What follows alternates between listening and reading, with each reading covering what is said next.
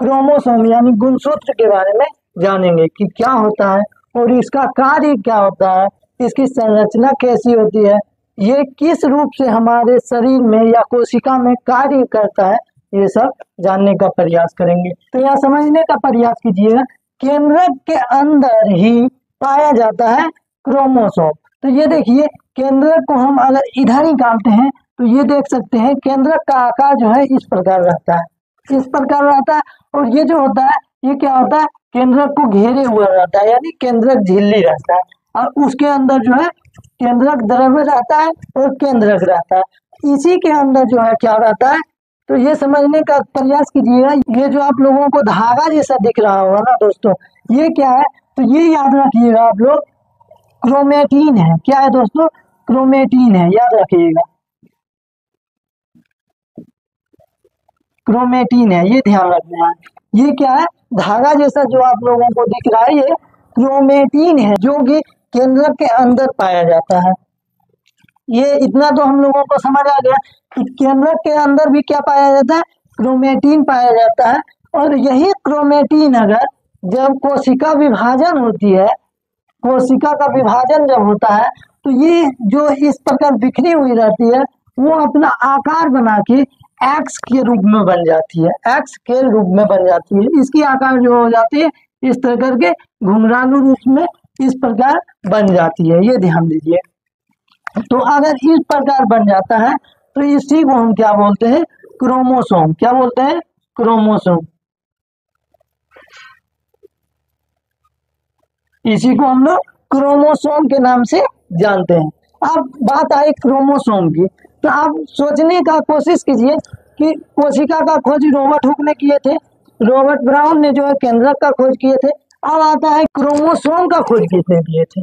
तो क्रोमोसोम का खोज के बारे में बहुत ही विवाद चलते रहता है कि इसका खोज कोई बोलते हैं रॉबर्ट हुक ने किए, तो कोई बोलता है स्ट्राबो ने किया। लेकिन ये जो है क्रोमोसोम, इसका खोजकर्ता जो कहलाते हैं हॉफ मिस्टर कहलाते हैं। कौन कहलाते हैं, तो आप लोग याद कर लीजिएगा कि क्रोमोसोम के जो ये संरचना है, इसकी खोज माइक्रोस्कोप से कौन किए थे, तो हॉफ मिस्टर ने। ये याद रखना है, कौन किए थे, हॉफ मिस्टर ने।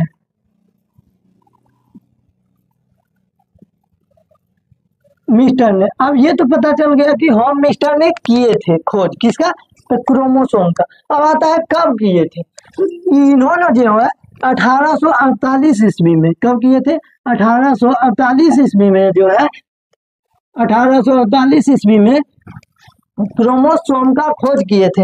लेकिन इन्होंने इनका नाम जो है नहीं रखा था, इनको जो है इनका नाम नहीं रखा था, यानी क्रोमोसोम के बारे में सिर्फ ये खोजे थे, इनका खोज किए थे क्रोमोसोम का कि एक्स के रूप में होता है, लेकिन इनका नाम ये नहीं रख पाए क्योंकि इनके बारे में अधिक जानकारी इनके पास नहीं। तो इनके बारे में जो जानकारी प्राप्त किए थे और इनका नामकरण जो किए थे वो कौन थे, तो वाल्डेयर थे। कौन थे यार दोस्तों, वाल्डेयर, याद रखना है, कौन थे, वाल्डेयर। वाल्डेयर ने 1888 ईस्वी में, 1888 ईस्वी में जो है गुणसूत्र, यानी इनका नाम जो है क्रोमोसोम या गुणसूत्र नाम दिए। अब गुणसूत्र क्यों नाम दिए ये समझने का प्रयास करेंगे। सूत्र का मतलब क्या होता है कि कोई भी आकार को बनाने की क्षमता किसमें होती है, सूत्र में। जैसे हम कोई मैथ बनाते हैं तो सूत्र के हिसाब से बनाते हैं तो उसका एक आकार बन जाता है, यानी मेरा जो आंसर होता है वो आ जाता है। ठीक उसी प्रकार इसमें गुण सूत्र, यानी जो ये कोशिका के अंदर गुण होगा, अगर ये नया कोशिका का निर्माण करेगा तो उसमें भी वो गुण चला जाएगा, यानी उसी को हम लोग गुण सूत्र के नाम से जानते हैं। तो इनका खोज कौन किए थे, तो वाल्डेयर जो है इनके नामकरण का खोज किए थे। ठीक है, और वो कैसे किए थे तो आप लोगों को पता चल गया ही, क्योंकि ये जो है इनके गुणों को दर्शाता है, इसलिए इनको गुणसूत्र नाम दिया था। अब हम बात करें कि ये गुणसूत्र जो है, गुणसूत्र यानी इसकी संरचना तो बता दी है आप लोगों को। ये इसकी संरचना इस प्रकार से रहता है, इस प्रकार से रहता है, जिसे हम लोग एक्स के नाम से भी जानते हैं और क्रोमोसोम के नाम से भी जानते हैं। इतना हम लोगों को पता चल गया। अब ये समझने का प्रयास कीजिए कि मानव में जो है ये गुणसूत्र कितने होते हैं मानव में? तो मानव में जो है, मानव के जाति में, यानी मानव में हो गया, स्त्री हो गया, पुरुष हो गया, या फिर उनके शिशु हो गए, उन सब में 46 गुणसूत्र होते हैं। कितने होते हैं? 46 गुणसूत्र। यानी हम बोल सकते हैं मनुष्य में कितने गुणसूत्र? तो 46 गुणसूत्र होते हैं, ये ध्यान रखना है। और जोड़ा बोला जाए तो 23 जोड़े होते हैं। कितने जोड़े होते हैं? 23 जोड़े होते हैं। 23 जोड़े होते हैं। अब ये गुणसूत्र के बारे में और अच्छे से समझते हैं। दोस्तों, अगर आपसे कोई पूछ लिया कि क्रोमोसोम जो है कहाँ पाया जाता है या कहाँ उपस्थित रहता है, तो आप लोग ध्यान रखिएगा कि केंद्रक में उपस्थित रहता है। कहाँ रहता है? केंद्रक में रहता है। यानी हम कह सकते हैं हर एक कोशिका के केंद्रक को जूम करके देखा जाए तो सब में क्या होती है? क्रोमोसोम होती है।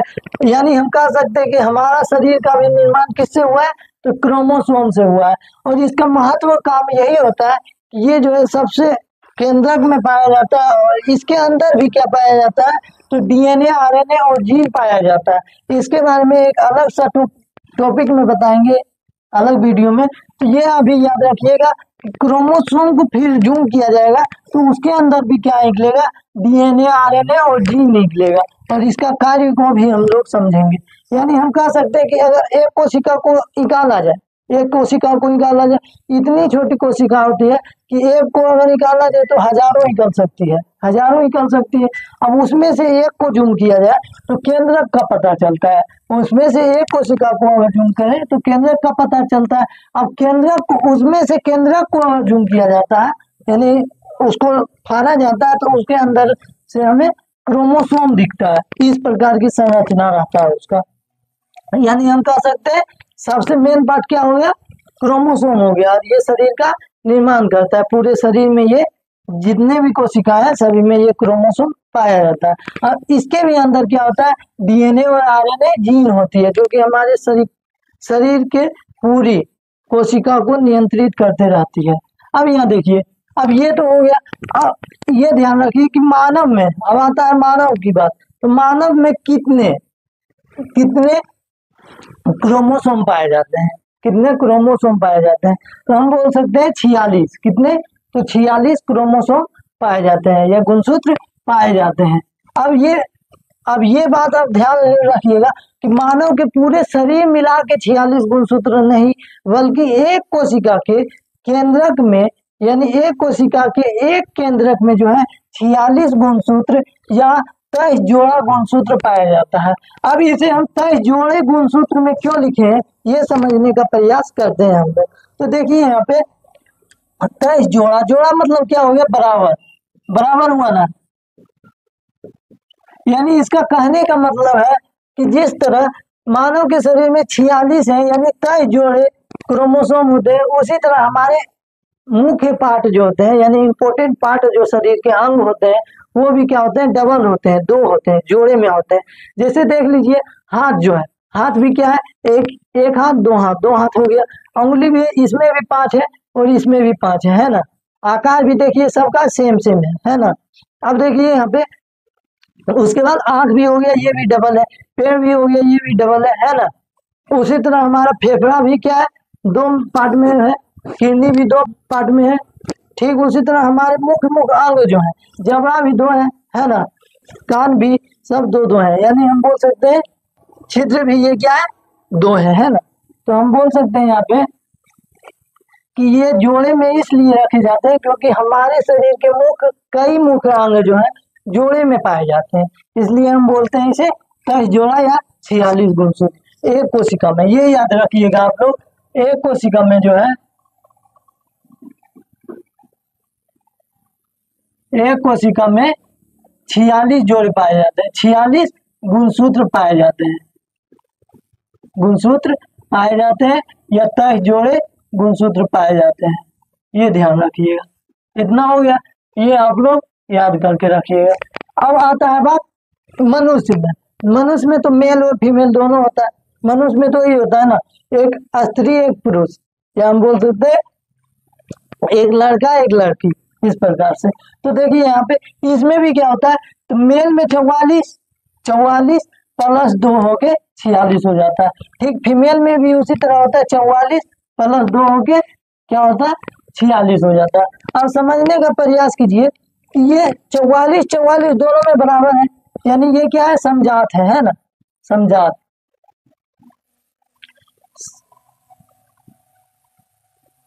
यानी हम कह सकते हैं कि कोशी मानव में और मानव, यानी मानव में तो दोनों आ गया, यानी लड़का हो या लड़की, इसमें जो है 44 यानी 44 गुणसूत्र जो होते हैं समान होते हैं, ये भी हम कह सकते हैं, समान 44 गुणसूत्र होते हैं।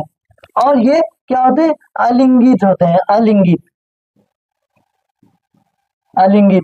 यानी इसमें जो है हम बोल सकते हैं हमारे शरीर के 95% जो पार्ट होते हैं वो क्या होते हैं, स्त्री हो या पुरुष हो समान होते हैं, यानी 44 गुणसूत्र दोनों में समान होते हैं। इसी को ऑटोसोम के नाम से जानते हैं। ये अलिंगिक में आता है 44 जो गुणसूत्र पाए जाते हैं।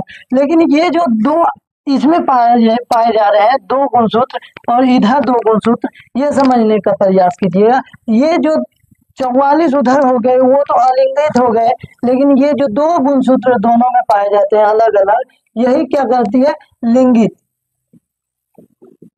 लिंगित गुणसूत्र होते हैं।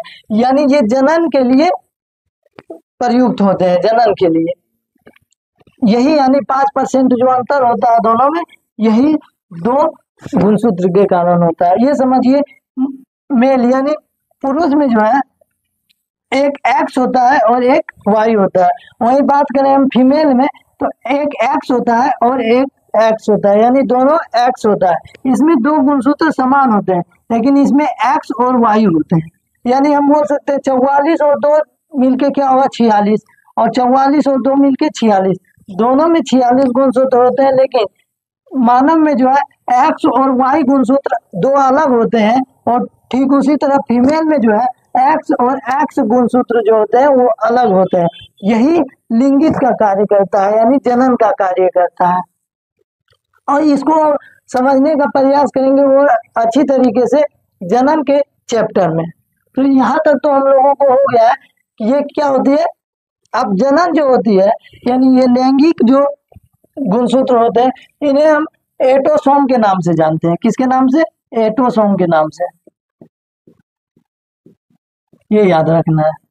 जनन की जो होती है क्रिया, उसे हम एटोसोम के नाम से जानते हैं, और वही जो अलिंगित क्रिया जो 44 गुणसूत्र होते हैं उसे ऑटोसोम के नाम से जानते हैं। हर जीव में जो है अलग अलग गुणसूत्र पाए जाते हैं, वो हम इसमें लिख करके बताते हैं हम लोगों को। इसका स्क्रीनशॉट ले लीजिए। देखिए हम गुणसूत्र को देखते हैं, तो ये ध्यान रखिएगा, गुणसूत्र जो है ये एक कोशिका की बात हो रही है। एक कोशिका के केंद्रक में कितने गुणसूत्र होते हैं, ये ध्यान रखिएगा। तो मनुष्य के एक कोशिका के केंद्रक में जो है 46 गुणसूत्र होते हैं, यानी 23 जोड़े होते हैं। और वहीं मच्छर की बात किया जाए तो इसमें कितने होते हैं, तो 6 गुणसूत्र होते हैं। और मक्खी जो कि घर में रहता है, मक्खी, छोटी मक्खी, उसमें जो है कितना रहता है, तो उसमें 12 गुणसूत्र होते हैं। और बात किया जाए मधुमक्खी, हनी बी की, तो उसमें 32 गुणसूत्र होते हैं। और बिल्ली जो होती है उसमें 36 होती है। और कुत्ते की बात किया जाए तो इसमें 78 गुणसूत्र होते हैं। कितने होते हैं, 78 गुणसूत्र होते हैं। और गाय की बात किया जाए तो इसमें कितने गुणसूत्र होते हैं, 60 गुणसूत्र होते हैं, यानी 60 क्रोमोसोम होते हैं। और यहाँ बात आए जो सब्जी में फूल गोभी की बात आए, तो फूल गोभी में 18 गुणसूत्र होते हैं। और वही मूली में भी कितने होते हैं, तो 18 गुणसूत्र होते हैं। पपीता में भी 18 क्रोमोसोम होते हैं, यानी एक कोशिका, पपीता के एक कोशिका के केंद्रक में 18 गुणसूत्र होते हैं। मूंगफली में 40 गुणसूत्र होते हैं, और प्याज में 16 गुणसूत्र होता है। वहीं चावल में कितना होता है, तो 24 गुणसूत्र होता है। और गन्ना की बात किया जाए तो गन्ना में कितना गुणसूत्र होता है, 80 गुणसूत्र होता है। तो हम लोगों को गुणसूत्र के बारे में तो पता चल गया कि गुणसूत्र क्या होता है, उसका काम क्या होता है, और ये जो है हमारे शरीर में किस प्रकार से रहता है, इसकी स्ट्रक्चर क्या होती है, यानी संरचनाएं क्या होती है, इसकी कार्य यानी वर्किंग एरिया कहाँ पे पाया जाता है, इसमें क्या क्या पाया जाता है, इतना तो हम जान गए हैं। अब जानेंगे कि इसके अंदर जो है डीएनए, आरएनए, जीन जो पाया जाता है वो किस आकार में रहता है और उसका क्या कार्य होता है, वो हम अगले वीडियो में जानेंगे। तो इस वीडियो में इतना ही, अगले वीडियो में मिलते हैं।